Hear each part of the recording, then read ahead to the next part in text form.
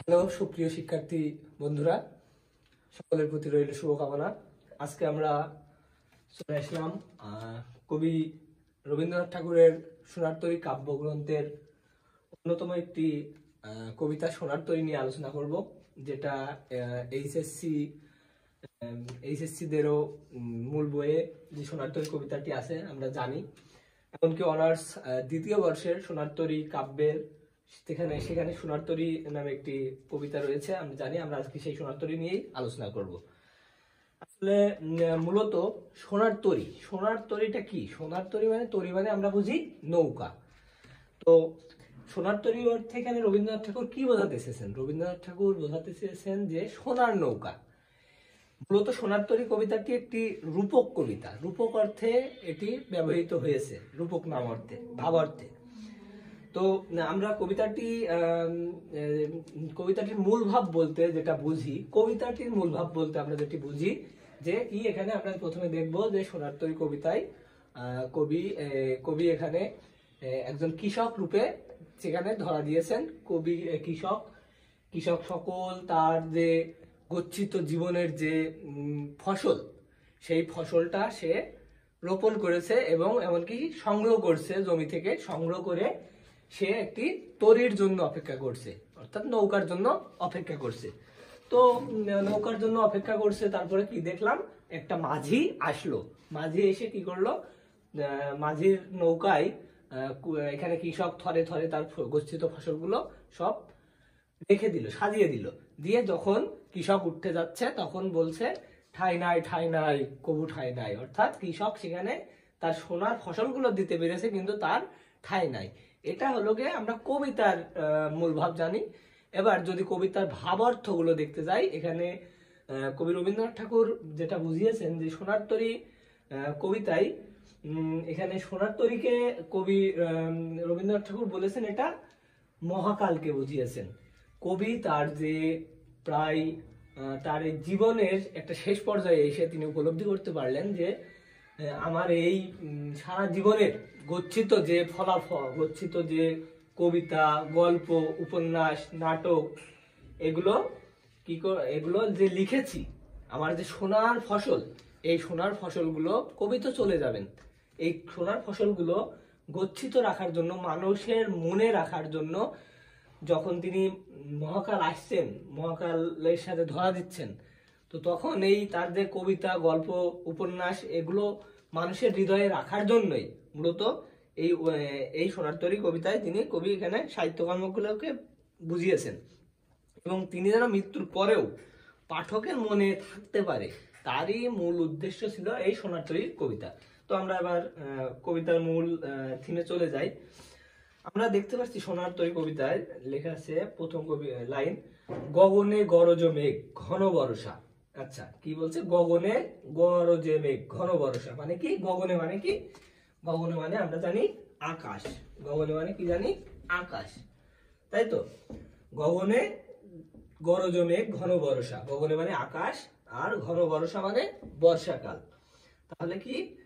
আকাশে গাঢ় মেঘ মানে গরজ মেঘ, গাঢ় মেঘ, ঘন বর্ষা বর্ষাকালে। কুলে একা বসে আছি নাই ভরসা। কুলে কুলে যে বসে আছে, কুলে বসে আছে অর্থাৎ কৃষক একা একা বসে আছে, কৃষক একা একা বসে আছে। নাহি ভরসা মানে সে ভরসা পাচ্ছেন না, তিনি ভরসা পাচ্ছেন না। রাশি রাশি ভাড়া ভাড়া। রাশি রাশি মানে আমরা কি জানি? রাশি রাশি মানে প্রচুর, ঠিক আছে? রাশি মানে আমরা জানি প্রচুর, রাশি মানে জানি আমরা প্রচুর। আর ভাড়া ভাড়া মানে ধানের আটি, আমরা এই ভাড়া ভাড়া বলি। ভাড়া ভাড়া মানে ধানের আটি, অর্থ হলো ধানের আটি, ঠিক আছে? আটি আমরা শুধু বোর্ডে শব্দার্থগুলো লিখে দেবো, তাছাড়া সবগুলো আমরা স্পেসিফিক বলে দেবো, নয়তো ভিডিওটা বড় হয়ে যাবে। তো তারপর কি বলছে? কুলে একা বসে আছি নাই ভরসা মানে কৃষক একা কুলে বসে আছে, কোনো ভরসা নাই, ভরসা পাচ্ছেন না তিনি। রাশি রাশি ভাড়া ভাড়া মানে প্রচুর প্রচুর ধানের আটি রয়েছে। তারপরে কি লিখেছে? ধান কাটা হলো সারা, অর্থাৎ ধান কাটা, তিনার যে ধান কাটা কাটা সেটা সারা মানে শেষ। সারা মানে আমরা কি জানি? শেষ। মানে শেষ, অর্থাৎ কৃষকের এই ধান কাটা শেষ হয়েছে। ভরা নদী ক্ষুরধারা, ক্ষুরধারা মানে আমরা কি বুঝি, নদীর স্রোতের খুরের মতন, যে নদীর যে স্রোত বচ্ছে এই স্রোতটা খুরের মতন ধারালো, আমরা এটা বুঝি। খর পরশা মানে কি জানো, আমরা খর পরশা মানে জানি স্রোত যেমন ধারালো বর্ষার মতন বেয়ে চলে তাকে আমরা বলি খর পরশা।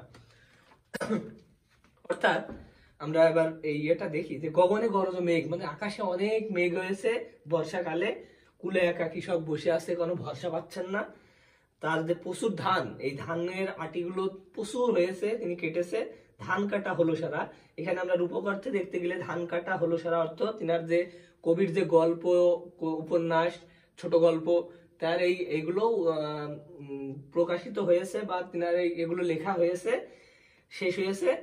কিন্তু তিনি দেখছেন নদীর স্রোতে খুরে, মানে নদীর স্রোত বর্ষে খুরো ধারা, খুরের মতন ধারালো। তারপরে কি কি পরের লাইন, কাটিতে কাটিতে ধান এলো বর্ষা, অর্থাৎ ধান কাটতে কাটতে বর্ষা চলে আসলো, বৃষ্টি চলে আসলো।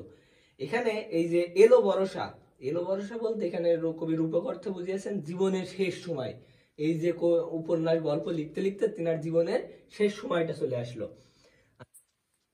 তারপরে কি বলছে, একখানি ছোট ক্ষেত আমি একেলা, অর্থাৎ কি একটা পরিবেশ। এখানে কিন্তু ভাবতে হবে যে আকাশে গাঢ় মেঘ, নদীর পানিগুলো এইভাবে এইভাবে খরস্রোতার মতো সব যাচ্ছে, সেখানে একখানি ছোট ক্ষেত, এই যে ছোট ক্ষেতটার ভিতরে আমি একেলা, কবি এখানে একলা বসে আছেন, চারিদিকে বাঁকা জল করিছে খেলা, চারিদিক দিয়ে বাঁকা জল খেলা করছে।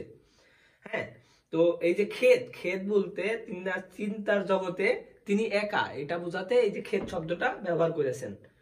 আর একেলা, এই যে পুরো পৃথিবীতে তিনি একেলা, এমন একটা তিনি ভেবেছেন। তারপরে বলছে পরপারে, পরপারে দেখি আঁকা তরু ছায়া মসিমাখা গ্রামখানি মেঘে ঢাকা প্রভাত বেলা, অর্থাৎ তিনি দেখতে পাচ্ছেন কবি এখানে যে গ্রামখানি মেঘে ঢেকে গেছে, তিনি নদীর এই পার থেকে দেখছেন গ্রামখানি নদী মেঘে ঢেকে গেছে প্রভাত বেলা, সকালবেলা। এ পরতে ছোট ক্ষেত আমি একেলা, অর্থাৎ এই পারেতে ছোট ক্ষেত, একটা ছোট জমি, সেখানে আমি একেলা।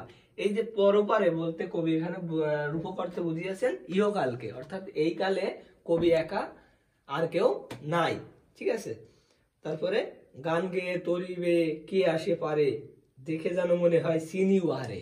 এই যে কবি রবীন্দ্রনাথ ঠাকুর এখানে বলছেন যে ওই পার থেকে গান গেয়ে কে যেন আসছে, তাকে আমার খুবই চেনা চেনা লাগছে, তাকে যেন আমি দেখেছি, খুবই চেনা চেনা লাগছে। অর্থাৎ এই যে বলছে কবি যে দেখে যেন মনে হয় চিনি উহারে, উহারে, উহারে বলতে এখানে কাকে বুঝিয়েছে, মহাকালকে বুঝেছে বা সময়কে বুঝেছে। কবি মহাকালকে খুব ভালোভাবে চেনে এবং সময়কে খুব ভালোভাবে চেনে, এই জন্য তিনার কাছে চেনা চেনা লাগছে। তারপরে কি বলছে, ভরা পালে চলে যায় কোন দিকে নাহি চাই, অর্থাৎ ভরা পালে মানে নদীতে আমরা যদি দেখতে যাই, যখন নৌকাগুলো চলে পাল বেয়ে দেয়, বাতাসের বিপরীতে পাল বেয়ে দেয়, পাল বেয়ে দিল, পাল টাঙিয়ে দিলে নৌকাটা ওই বাতাসের সাহায্যে চলে। তো ভরা পালে নৌকাটা চলে যাচ্ছে, ঢেউগুলো নিরুপায়, ঢেউগুলো কোনো উপায় খুঁজে পাচ্ছে না, ভাঙে দুধারে, দুধারে স্রোতে ভাঙছে শুধু, দেখি যেন মনে হয় চিনি উহারে, কবির মনে হচ্ছে যে আমি ওকে চিনি, এটা কবির মনে হচ্ছে। তারপর কবি কি বলছে, ওগো তুমি কোথাও যাও কোন বিদেশে, কবি বলছে এখানে মহাকালকে যে ওগো তুমি কোথায় যাও, কোন বিদেশে যাচ্ছ, বারেক ভিড়াও তরি কুলেতে এসে। এখানে বারেক, বারেক মানে কি জানো, বারেক মানে হলো একবার, অর্থ হলো একবার। ঠিক আছে, বারেক অর্থ একবার, অর্থাৎ বলছে বারেক ভিড়াও তরি কুলেতে এসে। আরে ভিড়াও, ভিড়াও মানে তো তোমরা জানো সবাই সচরাচর, ভিড়াও মানে থামাও। ঠিক আছে, মানে থামাও, অর্থাৎ কবি এখানে বলছেন যে তুমি বারেক ভিড়াও একবার, অর্থাৎ একবার ভিড়াও তরি কুলেতে এসে, তুমি দয়া করে আমার এই একবার নৌকাটি থামাও। যেও যেথা যেতে চাও, তুমি যেও যেথা তোমার মনে ভালো লাগে সেখানে তুমি যেও, যারে খুশি তারে দাও, শুধু তুমি নিয়ে যাও ক্ষণিক হেসে। অর্থাৎ বোঝাতে চেয়েছে যে তুমি যেখানে যাবা যাও, যাকে খুশি তাকে দাও, শুধু তুমি নিয়ে যাও ক্ষণিক হেসে। অর্থাৎ ক্ষণিক হেসে মানে আমরা এখানে জানি ক্ষণিক হেসে মানে একটু, ক্ষণিক হেসে শব্দের অর্থ হলো একটু সময়ের জন্য। কি জানি ক্ষণিক হেসে অর্থাৎ একটু সময়ের জন্য, ঠিক আছে, একটু সময়ের জন্য। আমরা ক্ষণিক হেসে মানে শব্দের অর্থ জানি একটু সময়ের জন্য। অর্থাৎ কবি এখানে বলছে যে তুমি যেখানেই যাও আমার একটু সময়ের জন্য আমাকে নিয়ে যাও। তারপরের লাইন আমরা কি বলছি যে আমার সোনার ধান কুলেতে এসে, অর্থাৎ যে আমার সোনার যে ধান এগুলো কুলেতে এসো, তুমি যত চাও তত লাও তরুণী পরে। ঠিক আছে, অর্থাৎ তুমি যত চাও তত তুমি এই সোনার ধানগুলো নিয়ে যাও কুলে কুলে এসে। ঠিক আছে, অর্থাৎ এই যে সোনার ধান, সোনার ধান বলতে আমরা কি বুঝছি এখানে? সোনার ধান অর্থ হলো কবির সাহিত্য কর্মগুলো, কবি যে সাহিত্য কর্মগুলো করেছে রূপকর্তে সেগুলো বুঝি। কি বুঝি? সাহিত্য কর্মগুলো। ঠিক আছে, সাহিত্য কর্ম। অর্থাৎ এই যে কবি যে তার যে সাহিত্য কর্ম এগুলো বলছে আমার সোনার ধান, অর্থাৎ আমার সোনা, আমার সাহিত্য কর্মগুলো কুলেতে এসে নিয়ে যাও, যত চাও তত লাও তরুণীপুরে। আর এই তরণী মানে নৌকা। ঠিক আছে, অর্থাৎ তুমি নৌকা ভরে আমার এই সাহিত্য কর্মগুলো যত পারো তত নিয়ে যাও, কবি এটা বলছেন। তারপরে কি বলছে? আর আছে আর নাই দিয়েছি ভরে। এখানে মাঝে জিজ্ঞাসা করছে যে আর আছে, তখন তো কবি বলছে আর নাই দিয়েছি ভরে। ভরে মানে কি? সবকিছু। অর্থাৎ যা সাহিত্যকর্ম ছিল, আমার যা সোনার ফসল ছিল তা আমি সব ভরে দিয়েছি। তারপর বলছে এতকাল নদী গুলে যাহা লয়ে সিনু ভুলে সকলই দিলাম তুলে। অর্থাৎ এতকাল এই নদীগুলে, এই নদীগুলের এখানে রূপক অর্থে ব্যবহার করেছে যে পৃথিবীতে, অর্থাৎ এই পৃথিবীতে এতকাল যা ছিল, যাহা লয়ে সিনু ভুলে, আমি যা নিয়েছিলাম সকলই দিলাম তুলে। সকলই তোমার নৌকাতে থরে থরে আমি তুলে দিলাম। থরে বিথরে মানে, থরে বিথরে মানে সাজিয়ে গুছিয়ে। তাহলে এখন আমার লৌহ করুণা করে, তখন কবি বলছেন, কবি রবীন্দ্রনাথ বলছেন যে এখন আমার লৌহ করুণা করে। অর্থাৎ নৌকায় তিনাকে বলছে যে এবার আমি তো আমার গচ্ছিত কর্মগুলো, সাহিত্য কর্ম, আমার সোনার ধান আমি সব থরে থরে সাজিয়ে দিয়েছি, এবার তুমি আমাকে আমাকে নাও নৌকায়, তরণীতে আমাকে নাও। তখন মাঝি বলছে যে এই কবিতার যে মূল বিষয়, তখন মাঝি বলছে ঠাই নাই ছোট সে তরি, আমারই সোনার ধানে গিয়েছে ভরি। অর্থাৎ মাঝি বলছে ঠাই নাই মানে কি? আর জায়গা নাই, ছোট সে তরি, নৌকাটা ছোট, ঠাই নাই, আমারই সোনার ধানে গিয়েছে ভরি। অর্থাৎ আমারই সোনার ধানে বলতে এখানে কবির আমার সাহিত্য কর্মে সেই নৌকাটি ভরে গেছে। শ্রাবণ গগন ঘিরে, শ্রাবণ গগন মানে আমরা বুঝি বর্ষাকালের আকাশ। ঠিক আছে, শ্রাবণ গগন মানে বর্ষাকালের আকাশ। শ্রাবণ গগন মানে বর্ষাকালের আকাশ। তো কবি বলছে যে আমার শ্রাবণ গগন ঘিরে, আমারই সোনার ধানে, আমার সাহিত্যকর্মে ছোট নৌকাটি ভরে গেছে বর্ষাকালের আকাশ, শ্রাবণ গগন ঘিরে, ঘন মেঘ ঘুরে ফিরে। ঘন মেঘ কবির পাশ দিয়ে ঘুরছে, কি একটা ভয়ানক দৃশ্য আমরা কল্পনা করতে পারি যে বর্ষাকাল, আকাশ ডাকছে, গর্জন করছে, মেঘগুলো চারিপাশ দিয়ে ঘুরছে। ঠিক আছে, শূন্য নদীর তীরে কবি একলা বসে আছে, রহিন পড়ে একলা বসে আছি, যাহা ছিল নিয়ে গেল সোনার তরী। অর্থাৎ যা আমার ছিল তা সোনার তরী নিয়ে গেল। অর্থাৎ এই ছিল সোনার তরী কবিতা। লিখেছিল কবি শিলাইদহ যখন থাকতে ফাল্গুন 1298 সালে। তো আমরা কি বুঝলাম যে এই সোনার তরী কবিতায় আমাদের সকলকে শিক্ষা নেওয়া উচিত যে সোনার তরী আমাদের ভালো কাজকে, আমাদের কর্মকে নিয়ে যাবে, আমাদেরকে নিয়ে গেল না। ঠিক তেমনি কবি রবীন্দ্রনাথ ঠাকুর এখানে বলেছে বা আমাদেরকে দেখালো যে সে নৌকায় ঠাই নাই কোথাও আর ঠাই নাই। অর্থাৎ কবির সাহিত্য কর্মগুলো থরে থরে সাজিয়ে তিনি ভরিয়ে দিয়েছেন, কিন্তু তিনি নিজে যখন উঠবেন তখন মাঝি বলতে ঠাই নাই। অর্থাৎ আমাদের ভালো কাজ এবং আমাদের কর্মগুলোই যাবে, আমাদের কোনো মানে কবি রবীন্দ্রনাথের এখানে কোনো ঠাই নাই, এটা বোঝাতে চেয়েছে। তো এই ছিল সোনার তরী কবিতার আলোচনা। সকলে ভালো থাকবেন। আল্লাহ হাফেজ।